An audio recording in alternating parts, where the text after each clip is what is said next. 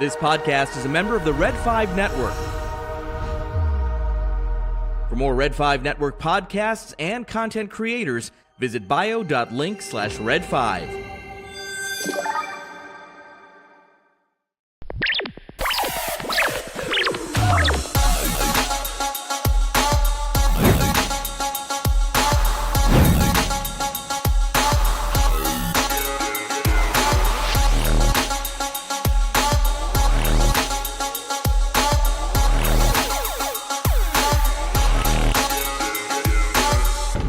This station is now the ultimate power in the universe.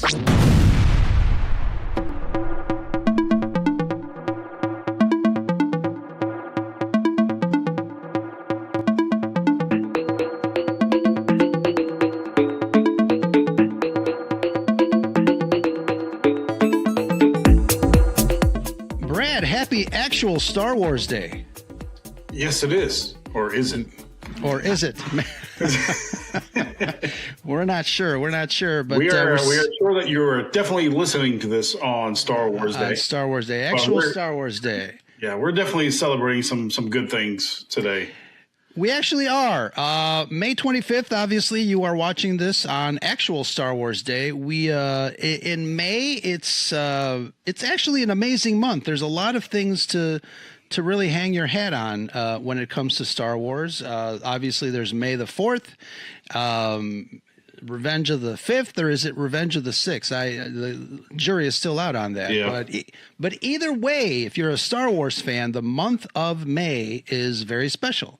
And obviously here at the Scarif Podcast, we nothing is left to chance. We are recording on May 14th with Mr. Steve Sansweet, but it just occurred to me that today is George Lucas's birthday. How about that? You didn't have your calendar marked for George's birthday? I'm kind of surprised. We are a traditionalist here at the Scarif Scuttlebutt. So today is George's birthday. Happy birthday, George. Thank you for what you brought to us and why we're all here talking about Star Wars, and also coming off, the series finale of Andor, which was just fantastic and a beautiful lead into Rogue One and to the original trilogy. So we have much to celebrate today. Yeah, actually, a lot to celebrate. I think Star Wars, and sometimes it sounds a little bit on the hyperbole side when you say, or when you hear people say Star Wars changed my life, but obviously it has.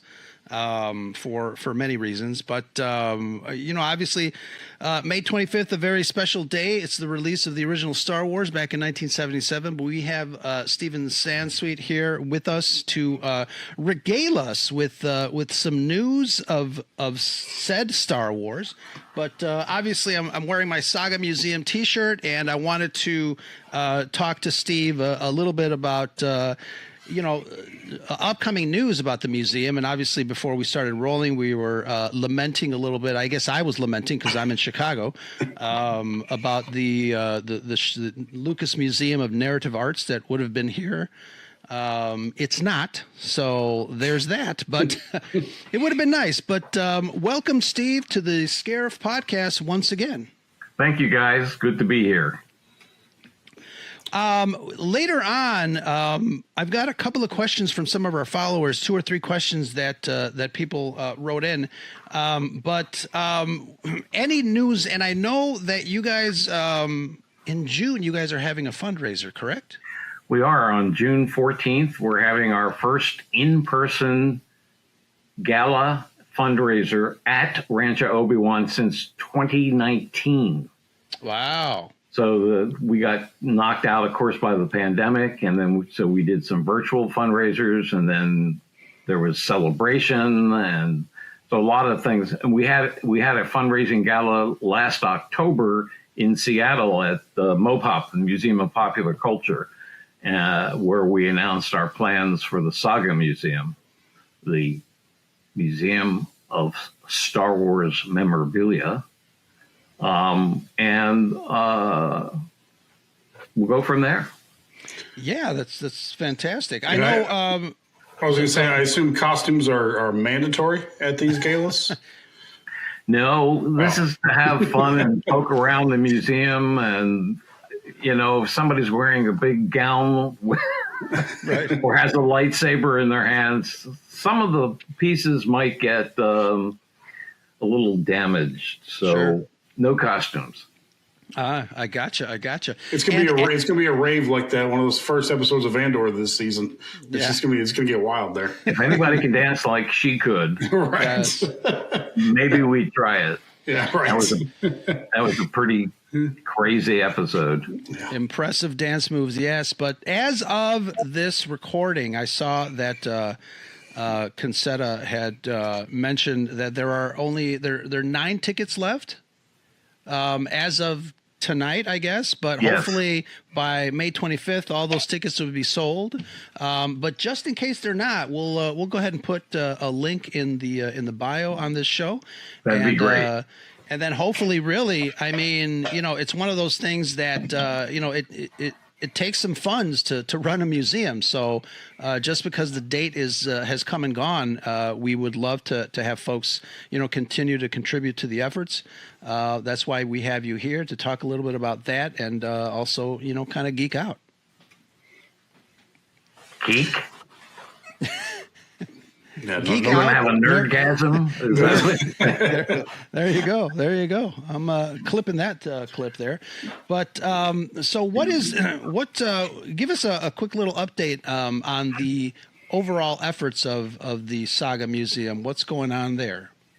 Well, this is a plan that's been in the works for more than 3 years, almost 4 years now, behind the scenes. We announced last October that we hope and intend to merge 4 of the most impressive and largest Star Wars collections together and put them in a purpose-built museum in one of 8 cities that are on our finalist list. And these collections would be the collection at Rancho Obi-Wan, which is the Guinness World Record holder as the largest Star Wars memorabilia collection. The collection of Gus Lopez up in the Seattle area, who has probably the most impressive collection of original costumes, props, paperwork, just an amazing collection at his place, which he calls the Boba Cabana.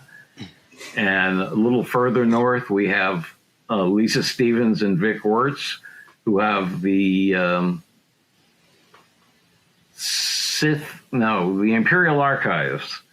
And in the Imperial Archives, they have a very large house, which very quickly took up all of their collection, and they built a 10,000 square foot additional building on related adjacent property where they've installed the cantina from one of the Star Wars celebrations that was built. It was the live stage. And they have an amazing collection from prototypes of toys and some objects like an original Yoda skeleton from The Empire Strikes Back. And then the Smithsonian, that's not easy to say, in mid-country in Missouri, Duncan Jenkins, and he has an incredible large collection like mine, but it really favors international items. So putting these all together would give us an amazing amount of objects to choose from for permanent exhibits, revolving exhibits, shows that go on the road. So it would be a dream of ours and someplace to put all of our objects once we are gone. So sort of a legacy. And it says here 200,000 square feet. Is that correct? That's Ann Newman's dream. Ann is the president and chief executive officer of Rancho Obi-Wan. And when you price that out in an area like San Francisco or Los Angeles or any of the cities on our list, that becomes an enormous number. Yeah. This obviously is not the best timing to try to raise money for a new museum, especially when grants and things like that have been cut back nationally for existing museums and cultural institutions. So yeah, it's a shame. We're stretching out our timeline. Sure. And we have no idea how long this may take, but we're really steaming forward and trying to get it done. In the meantime, we're looking at doing some sort of pop-up, which would be a proof of concept sometime in the next 2 years, in time for the 50th anniversary of Star Wars. 50 years of Star Wars, that is crazy to think. I think in my mind, I'm still 7, 8 years old watching that Star Destroyer go overhead in my local movie theater. Amazing, 50 years. And it is truly incredible. Yeah, and we're still going. It's my wife keeps telling me, "What are you guys still talking about Star Wars? Wasn't that like in the 70s?" I'm like, "No, we're still going." And earlier, obviously, I mentioned my Saga Museum T-shirt. I'll be putting the link in the description below as well. If you guys are listening to this podcast or watching the video streaming, hit the link and maybe buy, I don't know, a couple thousand T-shirts and help out. Now, Steve, I'm asking this from a completely selfish standpoint. Have you, you said you had an in-person fundraiser coming up. Have you maybe considered doing virtual fundraisers? We did in 2020 and 2021, and we would have in 22, except we were all exhausted. Yeah. So the 2 virtual fundraisers did well for us. Didn't quite do as extensive a fundraiser as the in-persons do. People like to come here. It's a wonderful area in Northern California, an hour north of San Francisco, and sort of in the country. And Rancho Obi-Wan is housed in former hen barns. So there were 20,000 hens that were living here up until the early 70s, the neighbors tell me. And those hen barns were perfect when I bought the property to convert into initially storage for my collection and then the museum in 2011. Well, if you ever change your mind, let me know and I'll be there. The virtual gala was more work than the in-person. I can see that. Yeah. Oh, yeah. The first one, we had about 20 interviews that I did, all taped, but we wanted to look, our producer wanted it to look like they were all being done live. So that was a little challenging. Like this. We're live. Let's swing a little into collecting. Like I said, later on, I'm going to ask you a couple questions, but I've got. There always seems to be people that post pictures of certain collectibles that they find either at thrift stores or, I don't know, hidden somewhere. Some of them possibly have been screen used that Lucasfilm might have forgotten, lost even, or sold off. But I wanted to ask you, is there one collectible that you have seen online that you would really love to get your hands on, or something that has surprised you that exists? We all talk about the C-3PO ceramic tape dispenser that's a little odd looking, but is there anything in that category that you're like, oh wow, it's so odd, I've got to have it? I made the mistake in one of the first interviews I ever did back in the 80s when my collecting really was taking off, of saying what my holy grail was at the time. And it was a $70 Return of the Jedi bicycle from Toys R Us. And I regretted that I had passed it by. Within a week of the story coming out in Starlog magazine, I got a call from a dealer on the East Coast and a dealer on the West Coast. And they said, "We've got mint in the box, that Jedi bicycle that you're looking for." And I said, "Great, how much?" They each quoted me $2,000 for a $70 bicycle. Yikes! So that was when I stopped talking about holy grails. Right. There are lots of cool things that are out there. I call myself, as my friend Duncan Jenkins in the Midwest calls himself, a completist. But that really these days means we like everything. We would take anything, but we certainly can't have everything. Sure. the amount of merchandise, it trickled out in 1977. They couldn't even get action figures out in time. And today it's a flood of merchandising, and there will be, when the next movies come about, Sure. there will be another spike in the amount of merchandise. And Disney licenses its products worldwide. So there are more countries that are getting into the Star Wars merchandise. The Disney Plus channel worldwide is introducing new fans, younger fans to Star Wars through animation and the live action shows. So there's tons of stuff out there. So, Ro, you kind of stole my question a little bit. I was going to ask a more general question. How much do you think is out there that you don't actually have? I'd be surprised if, I know there's a lot, but you got. Well, we think we have between 350,000 and 500,000 individual items in the collection. The inventory is only up to 147,000 because Anne has been quite busy doing everything else. There's probably 5 times that amount of stuff out there. Oh, Wow. Yeah. I've got a lot of the vintage era and prequel era items, especially from the U.S. There wasn't nearly as much for the sequels. There hasn't been very much for the TV series, the Disney Plus series. But there's still so much stuff that keeps coming up, including vintage items, especially international vintage items that I see online. It's fun to see stuff that you didn't know existed or never heard of before. And that, I get a lot of joy out of that. Yeah. I don't have to own it physically. Yeah, but it would be nice if you did, though. Being a collector, I can attest to that. One of our docents who posts pretty frequently of her thrift shop finds, Star Wars thrifting, lovely lady named Silver, has recently found, or a couple of months ago, found a Pepsi machine with the Episode 1 front of Anakin Skywalker. And I regret I never got one of those. So I don't have room for it right now. We just got a battle pod.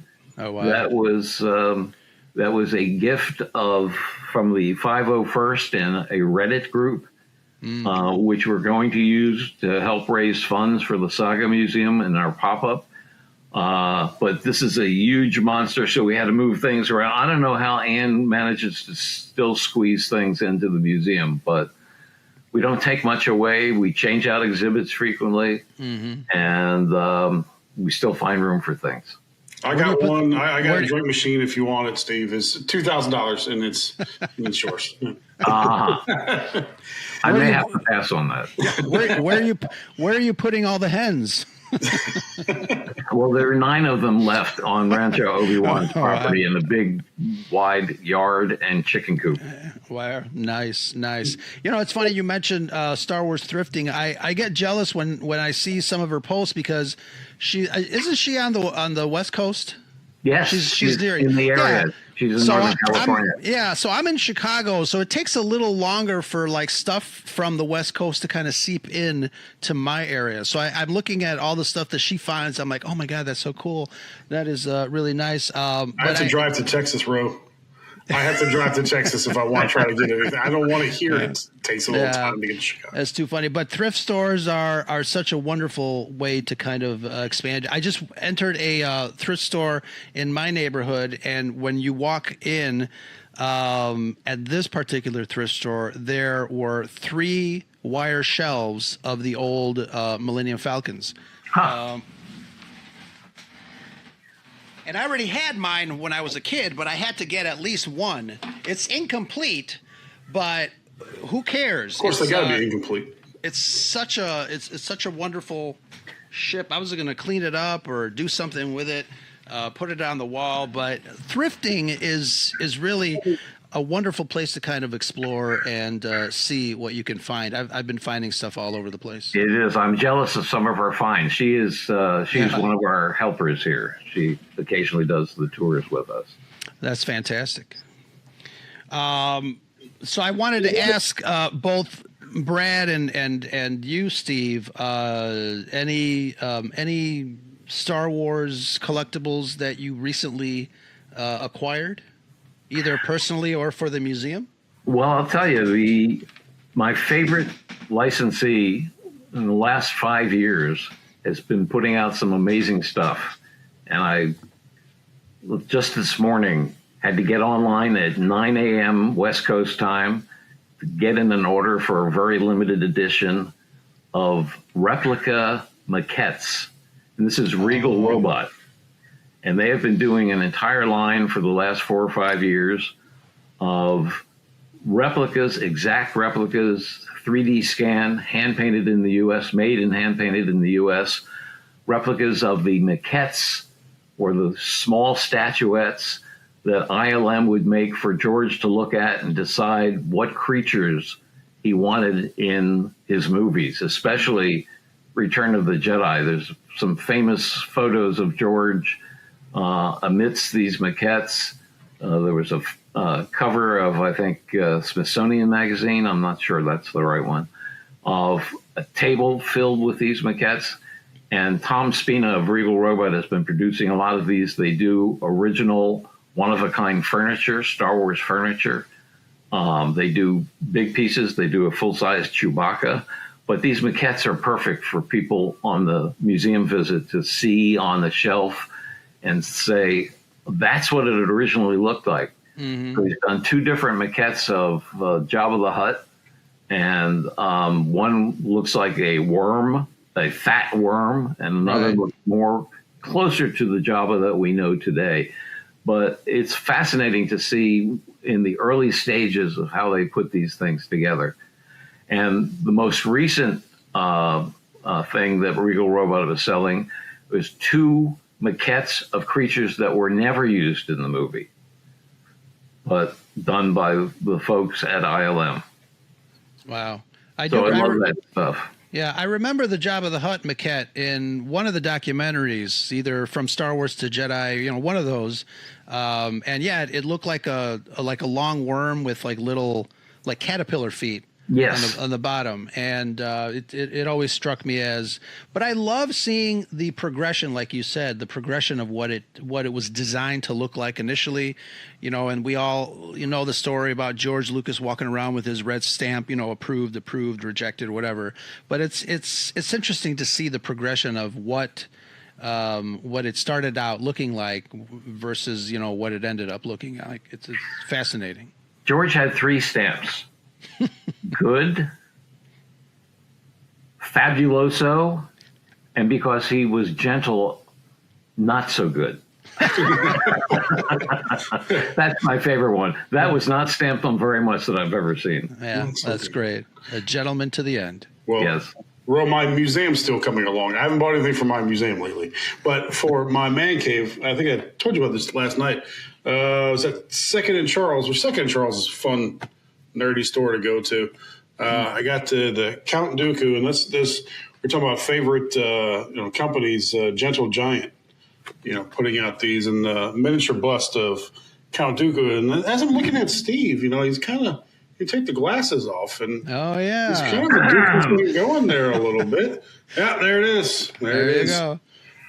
Yes, and obviously we talked about Dooku many times. His face comes down to a point, I think. Oh, yeah. Animated Steve Sansweet has a much pointier chin. Favorite, one of my favorite Sith Lords there, misunderstood, one of the most underrated characters in the Star Wars franchise, if you ask me.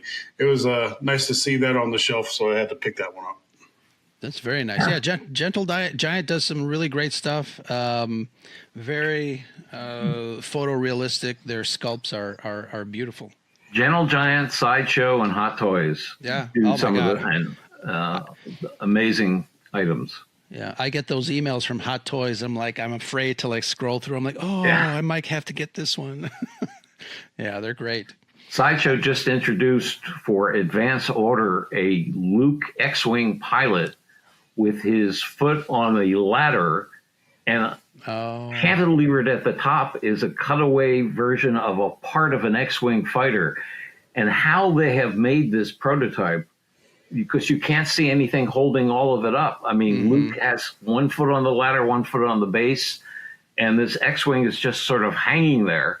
Wow. Amazing. Just amazing. Beautiful piece to look at. Very nice. Is that Is that out? No, is it's it advanced prototype? order, and they just have the prototype right now. Very nice. Very nice. And you don't know you need these things in your life until you see them. And like, why didn't I have that in my life already? Yeah, really until need you that. get them. I wanted to ask you, Steve, we mentioned the fact that sometimes, the toy market gets flooded with material, with product. And I know that, and I don't know how deep you're involved in, I guess, in examining and looking through like industry news when it comes to toys and collectibles and things like that. I do feel that kids nowadays are not buying as much as we did when we were kids.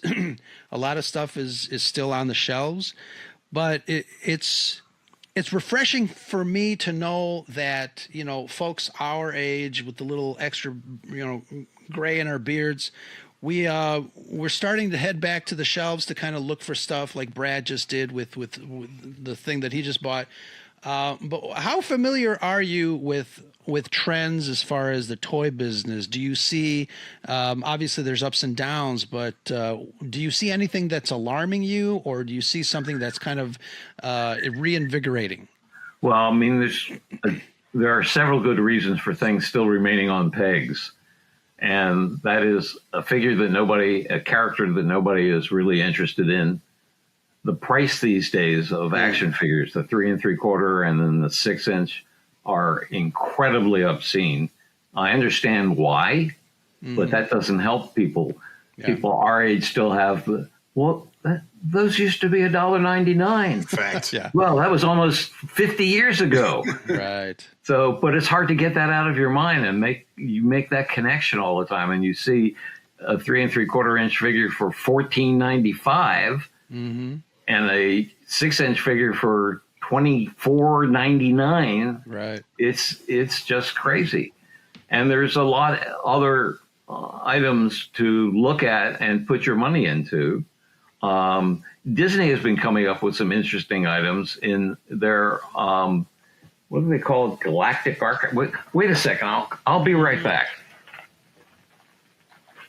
Edit. No, right now Steve's going to get something. All right. We wish we could just go grab something awesome, like have it on hand. I know. Yeah. See, we can't pull that off. Right. Yeah. Wow. So Yeah. I love the chess set, and we have a full size one, but this is their Galactic Archive line, and they're higher end, of course, higher priced. Oh, this is a game, so they say, although I will put it out as a display. And this is the line that I think they started with the Star Speeder 1000 that lights up and has the sounds, and actually has video from the ride, the initial ride, and they've just done a second one, which has the updated video, and instead of Rex as the pilot, it has C-3PO when they updated the ride. And they have an incredible C-3PO head that you just press slightly on the forehead and it talks, and the eyes light up. I mean, there's some amazing pieces that can be done these days at a price that people can stretch to afford. And I'm loving some of this stuff.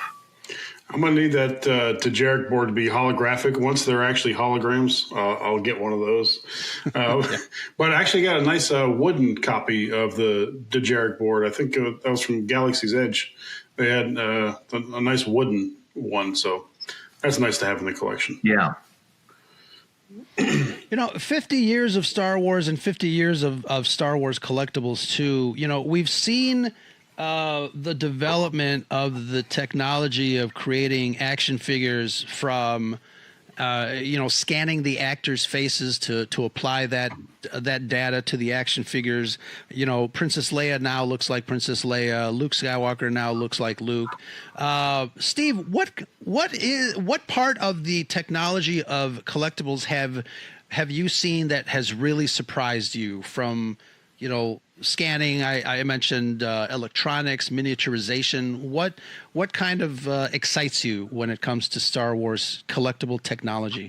Well, both of those actually. The scanning technology. I was on the set of Episode 2 in Australia, and Gentle Giant was there. They were scanning the actors, and they were scanning. They scanned R2-D2, and they asked me if I wanted to be scanned, if they had time, and I was in the right place at the right time. So they scanned me, and I got an Obi-Wan figure with my head on it. Oh wow! The technology, though, has come so far with the miniaturization of electronics that you can do a lot more than you could even 10, 15 years ago. Yeah. So you get pieces like these higher end Disney pieces, and they're just pretty cool. And people get online. I know I was online on May the 4th morning on the Disney Store site, and when I clicked on, I was 27,482 in line. Wow. So a couple of the pieces I wanted were sold out. There's always eBay. Yeah. You don't get front of the line privileges for that one? I don't get no. They put me at the back of the line, I think. Yeah, really. Well, I don't have a Obi-Wan Kenobi with my head on it, but I do have a Darth Vader with my head on it. I love it. Thanks to my co-host Brad. Yeah, where'd you get that from? That's amazing. Yeah, it's too funny. Well, what's amazing is the quality of the fans who make their own objects. Oh my God, yes. And I just love some of the stuff that I've seen. The swag, or swag, as however you want to pronounce the word, is incredible. You go to a place like a Celebration, and I think everybody who goes there just about has their own swag to trade patches, coins, objects. Yeah. I mean, it's pretty incredible stuff and fun. And I mean, Lucasfilm will go after people who bootleg. If a cargo ship filled with containers of bootleg action figures comes over here, Hasbro and Lucasfilm will go after them, and Disney. But they're a lot less likely to get in your face if you're a customizer and you're making a couple of pieces, a handful of pieces. And there are people out there who, because of 3D printing and because of other things, are able to produce things that fans want that probably wouldn't fit in the Hasbro line because it wouldn't be popular enough. They wouldn't be able to do their, whatever it is, 20,000, 30,000 minimum. So there's just a lot of things out there that can just about meet any fan's desire. Absolutely. And I think lightsabers definitely one of those things. Like the hilts that you're able to make now with 3D printing is amazing. Yeah. Yeah. One of our, speaking of swag, and swag is how they say it in Indiana here next door. So swag, okay. Swag. One of our fellow podcasters, the Rebel Base Card, makes these wonderful Topps trading cards that have his brand on them. But he usually, we'll take some photographs of us at a convention like C2E2 here in Chicago, and he'll make them into the cards. That's great. Just like back in the day. Let me see if I can go solo on here. And this is an event we had at a local comic book store here in Chicago called Scarif Con. One of the actors from The Mandalorian showed up, and we had a fun time in their patio. But yeah, he does these cards, and they're very much like the old Topps cards that we used to collect. And they're great. So absolutely, it's one of those things that, the technology has allowed fans to kind of do their own thing. It's a lot of fun, and it promotes community, which I think is the strength of the Star Wars community, I think, online. It absolutely is. I mean, that's what has made Celebration so successful, is that sense of community, people coming together and meeting friends that they don't, from across the globe, that they don't see otherwise, that they see on Facebook or Instagram or TikTok or any other social media site. But getting together in person for 3 or 4 days makes it a whole new experience. And it became very obvious to us in the early days of Celebration when I was working for Lucasfilm. Yeah, and I think you might see me in California in 2 years. I'm already asking permission from the wife and getting ready for that trip. Brad, we'll see you there, right? That's the plan. I would certainly like to. I thought we went down to, and Steve, you were in the one in Orlando a few years back, right? I think. Yeah, we've done. I've been to every Celebration except the last 2. I did not go to the UK or to Japan, but I've done every domestic Celebration. Japan in 2008, and the UK 2 or 3 times before, and Germany once. And we've had Rancho displays at the last 4 or 5 Celebrations in the US. Yeah, I don't think I never got the chance to actually talk. Get a pretty good audience every time I went by the area that you were in. But we get good lines. Oh yeah, for sure, for sure. That's fantastic. What was I going to ask you?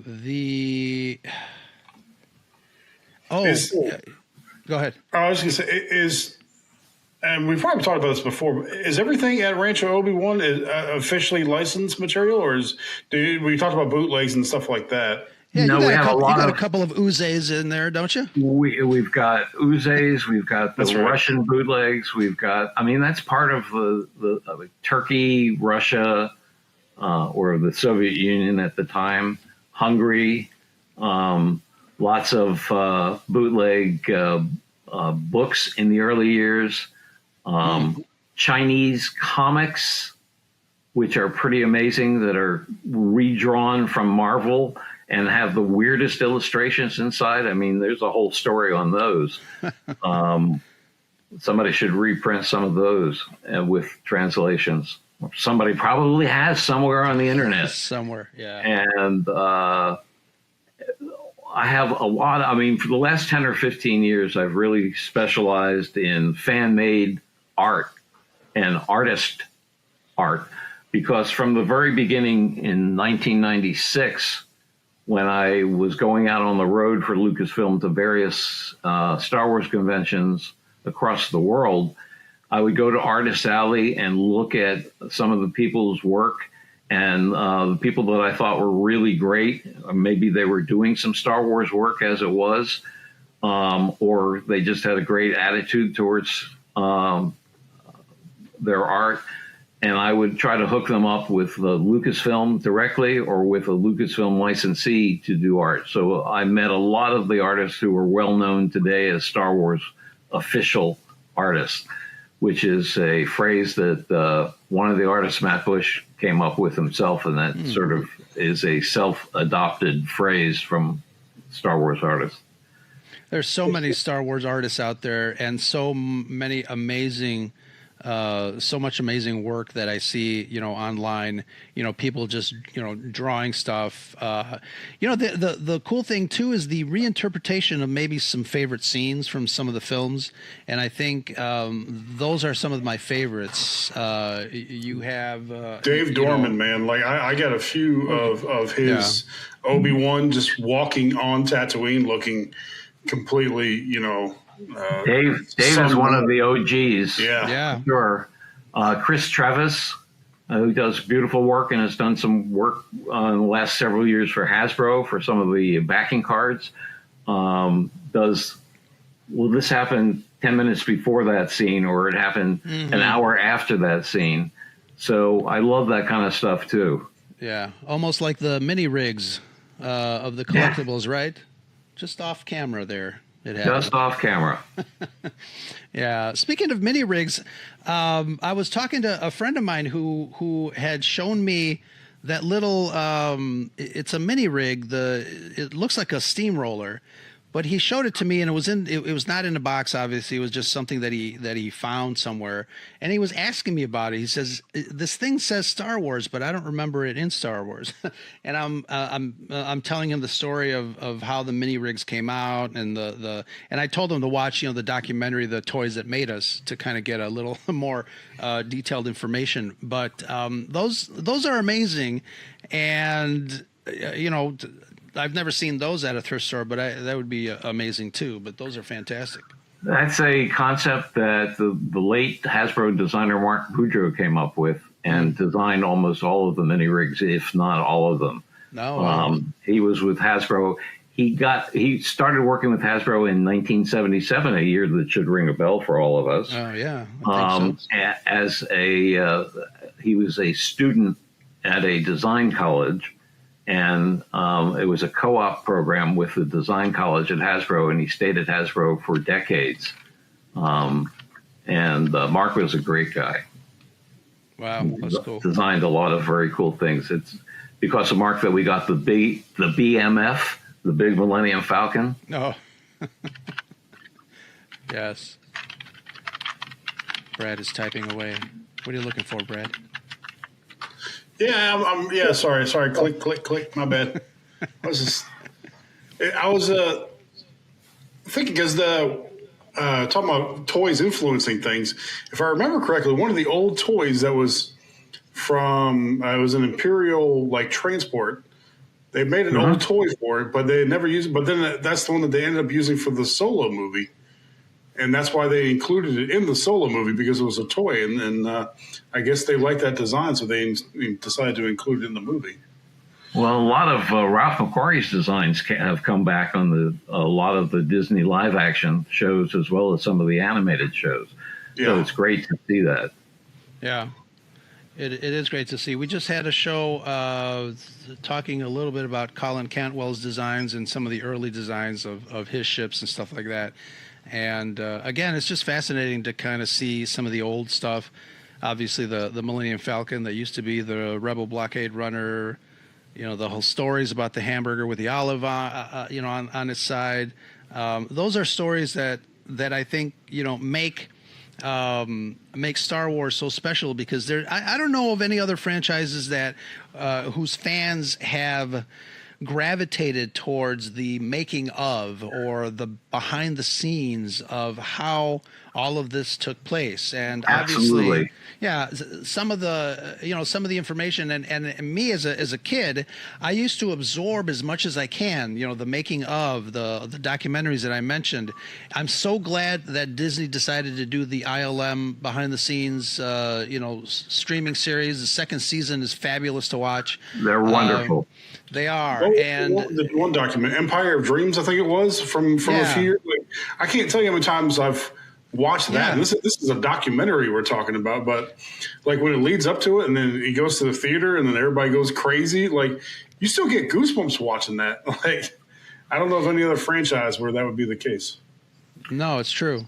One of my favorite weird pieces in the collection is a foot cast that was on the foot of the stunt guy who fell into the Sarlacc pit, and then the stunt guy who was the Lando stand-in fell on top of him and broke his leg. Oh, wow. And so I have photos of Paul Weston with his cast, and sitting next to him is a very young Carrie Fisher. And the cast is signed by Mark Hamill, Carrie Fisher, Kenny Baker, and a whole lot of the crew. Wow. So pieces like that, and the story that's involved, all the pieces in the collection have a story, or most of them have a story. And that's something that we do on our tours, is storify the collection by telling the anecdotes, either how something was acquired or what it was or how it came about. And Paul Weston ended up as decades later, Paul was one of the Imperial scientists in Rogue One. That's awesome. You said you wouldn't mention any Holy Grails anymore, but I tell you what, mine, talking about weird things from movies, I think Peter Cushing's slippers. I just mentioned those the other day to somebody. They were doing a Peter Cushing Tarkin figure, custom figure, and I said, it has to have bunny slippers. And of course, they weren't bunny slippers. They were just slippers. Such a good actor, and he did such a good job, and that was such a serious role. But just to imagine him in slippers the entire time is amazing. Yeah, that would be fun. That would be great fun to have an action figure with slippers on. Yeah, or the actual slippers. Do they are they somewhere in someone's I've collection? never seen them. I've never seen them come up or a claim of those still existing. Yeah. That's interesting. I wonder if those were studio issued or if he had his own slippers. I think they were his own slippers. He was very uncomfortable in the booth, so I don't think he was going to take the studio to give him slippers. Yeah. Imagine blowing up a planet while wearing slippers. I mean, if that's not like a boss maneuver, I don't know what is. Yeah. Wait a second, he blew up a planet? Spoiler alert. Spoiler alert. Sorry for... Just fast forward if you haven't seen A New Hope. 50-year-old spoiler. Yeah. That's too funny. Yeah, absolutely. So I wanted to see if I can get a couple of questions in from some of the folks that follow us on the socials. You might recognize this name, Jordan Wilson, formerly of Wikipedia. He says, love this for you guys. I'll go with my standard. Where did your journey begin, and what advice do you have for someone interested in doing what you do as a collector? And I know, people ask me, when they see a lot of the stuff, he goes, do you remember which action figure or which item was your very first thing that you ever got? And I think as a collector, we do remember the very first thing because that kind of is the impetus to our rabbit hole dive in, right? Steve, what would you say to Jordan? Well, the journey began at a very early age. I think I inherited some collector genes from my dad, who collected swizzle sticks from bars and taverns. He was a liquor salesman. And he would go around to dozens, scores of places and would pick up a swizzle stick, and he had them in his collection. And I started collecting the lids of ice cream cups because they had movie stars on them, on the back side of them. And then bread wrapper cards and baseball cards, Topps baseball cards. I can still remember the Blondies and the other ones that had like a TV screen, and they had the picture of the athlete on the TV screen. And that led me to, I also followed the space program as it was developing, and I read science fiction novels and books. And I started collecting space toys and robots and rocket ships around the time that Star Wars was being made. And Star Wars came out. I loved it and looked around for Star Wars items. I walked up to the head of the PR department at 20th Century Fox, where I saw the movie the first time, and asked him for my press ticket back. So that's an original item that I have that I use myself. And Star Wars just sort of took over the collection. Eventually, the rest of the stuff was all sold off. I had the world's largest ET collection. Oh, wow. And I found out I had the world's only ET collection. So ET was not a very collectible kind of movie. Star Wars was, and there was just, it was wonderful seeing it grow and then becoming part of Lucasfilm and seeing it work internally. And the collection just kept getting bigger and bigger and just took over. Sure. So this might be like a weird question, but was the passion for you more for Star Wars itself, or for the collecting, or just the collecting of it, or somewhere in between there? Well, first was the movie and the movies, Star Wars, Empire, and Return of the Jedi, which I loved all of them. And that led to the offshoots, the collectibles. There's something about having those things, as I said, from an early age, collecting and trying to get them all, like a full set of the Topps baseball cards. And it went on from there. Amazing. So without a movie that just blew me away and changed my life, and there are not many people who can say that about seeing a movie and it literally changed their life. Sure. I thought I would retire as a journalist after 26 years at the Wall Street Journal as a reporter and bureau chief in Los Angeles.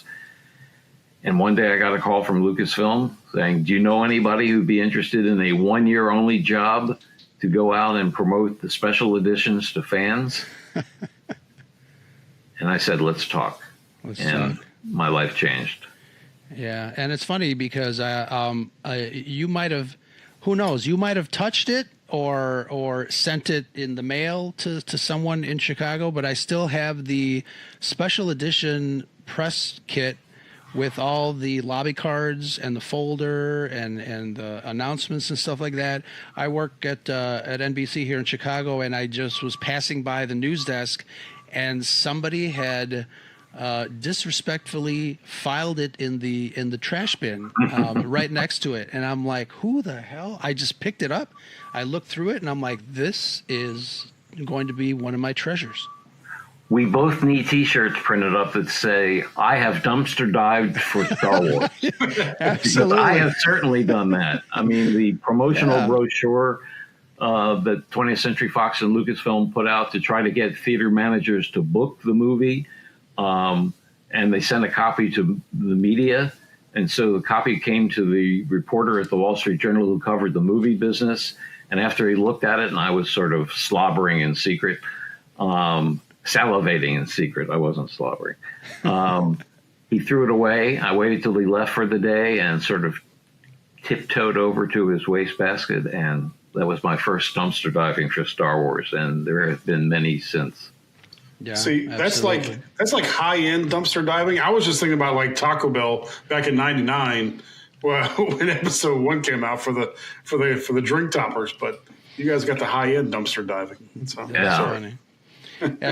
In '99, I was in Los Angeles. We went to see episode 1 at the Chinese theater out there, and I went into a Taco Bell and I tried to get the young lady behind the counter to sell me her episode 1 Pepsi T-shirt, and I offered even up to $200, and she wouldn't budge. I mean, obviously, because that's what she was wearing, so you could exactly. $200 and I'll trade you a T-shirt. Yeah, I should have said that, but yeah, absolutely. Jordan, thank you very much for that question, and obviously now he's at the Peter Mayhew Foundation. Another question that comes from our friend Andrew Haley says, if you could create a one-of-a-kind Star Wars collectible from scratch, what would it be? And how would it reflect your passion for the franchise? A one and only collectible item. A couple of years ago, I would have said a holographic chessboard and chess pieces. But that has now been done by Regal Robot. They had the large collector's figures, the life-size collector's figures. And now this game, which I haven't opened yet, which I will, and put it out. There's the Jedi remote and the Luke training, which one company tried to do, not that well. So there's still, if we can get that remote ball to just sort of stay there and move around and shoot at you, at least with a light, that would be very cool. So some of the things that replicate what we've seen on screen with screen magic, but to be able to make that real would be great fun. Yeah, absolutely. And, you know, I usually do a show together with the folks over at Prop Store. They have, huge collections from private collectors, and they do auctions regularly in the UK and in Los Angeles. They're great guys. Yeah, they're fantastic. One of the things that I asked one of our friends over there is, what would, obviously, you guys are doing the museum because you can't take it with you, quote unquote. You want to be able to share the joy of collecting and the collectibles that you've collected throughout the years. But if you can take one item with you, what would it be? Oh, that's a tough one. Tougher for you because you've got more than 500,000 pieces. I've got maybe as many as, Right, not yeah. more than.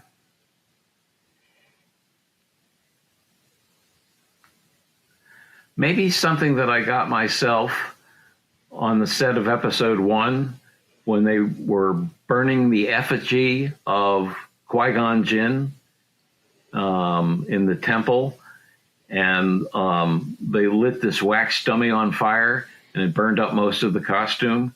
And George called cut, and 2 guys came in with fire extinguishers just in case and sprayed it, and then walked out with the dummy just in case they needed it again. So the wax didn't melt, the clothing burned up. And so everybody else exited from the front of the set, and I followed those guys out back, but they were long gone by the time I got there. But there on the ground in the grass was some wet pieces of cloth and fabric, and actually some of the boot heel. So I rescued the soul of Qui-Gon Jinn. Wow. Along with some pieces from his costume and a food pellet. And that reminds me of the great experience that I had on the set and also at Lucasfilm for 16 years. That's fantastic. You know, it's funny because each collectible, no matter how small or how large your collection is, I think each collectible tells a story. And I think that's one of the wonderful things, not only about Rancho Obi-Wan, but I think collectors and collections everywhere. We know exactly we know the story behind that collectible, when we got it, what it meant to us, what we were feeling at that time. It's such a connection that we have. And I think that's one of the biggest reasons that people collect anything, really, is to be reconnected to those feelings, those sentiments, those emotions. And I think, you know, obviously Star Wars is a movie that came out in 1977, but it's something that awakened us in a way that, you know, for us collectors and fans, really, we want a piece of that. We want to maintain a piece of that emotion. And I think that's one of the biggest reasons, at least for me, that I can think of as to why we collect. And Lucasfilm has been only too happy to oblige. Exactly. Exactly. All right. Well, Steve, I've only got one more question for you, and it's supposed to be the first question of the show, but as usual, Rogue takes the first question from me. I've only got one question for you, and of course, it's a 4-part question. Say you're living in the Star Wars universe here, and I know you know all this because you literally wrote the encyclopedia. All right. On what planet are you living? What's your family vehicle? Who are you having over for dinner? And what are you guys going to talk about? So we'll start with the first one. What planet are we living on?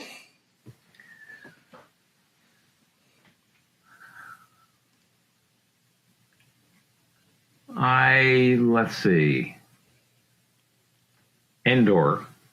Oh, that's a solid choice. I like the plants and the forest and the friendly little Ewoks if they don't eat me. Right. All right. So is that who you're having over for dinner as well? The Ewoks? I'm having for dinner or having over for dinner? Over for dinner. Revenge is a dish served cold. Oh no! Actually, no. We skipped the state question. What's the family vehicle? What are you driving around in, or flying around in? I should say.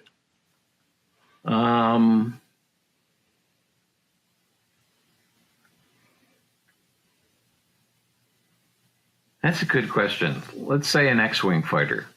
One of my favorite ships. Solid. All right, so we're on Endor. We're driving around an X-Wing. Who are you having over for dinner? Who's a bunch of Ewoks. Bunch of Ewoks, and well, I guess you'll have C-3PO there to translate.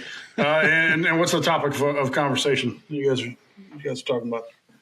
How we all got into this place and extended our empathy to a bunch of creatures and things that we never knew existed before, but they were real enough to us to connect. I'm sorry, Steve. The correct answer was the taxation of trade routes.